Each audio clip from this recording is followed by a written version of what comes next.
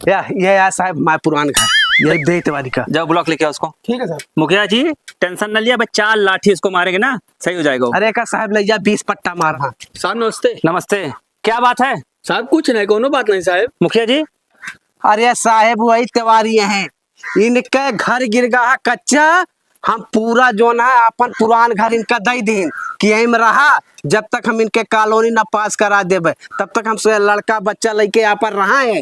लेकिन ये ऐसा गद्दारी करे, बतावा इनका हम घर दीन या हमारे घर कब्जा कर लिया था, बतावा हम का करी। मार सारे चच्चा मार, चल लाठी मार। साहब सुने, 1 मिनट खाली हमारे साथे चले, आपका हम सारा प्रूफ दिखावत है साहब।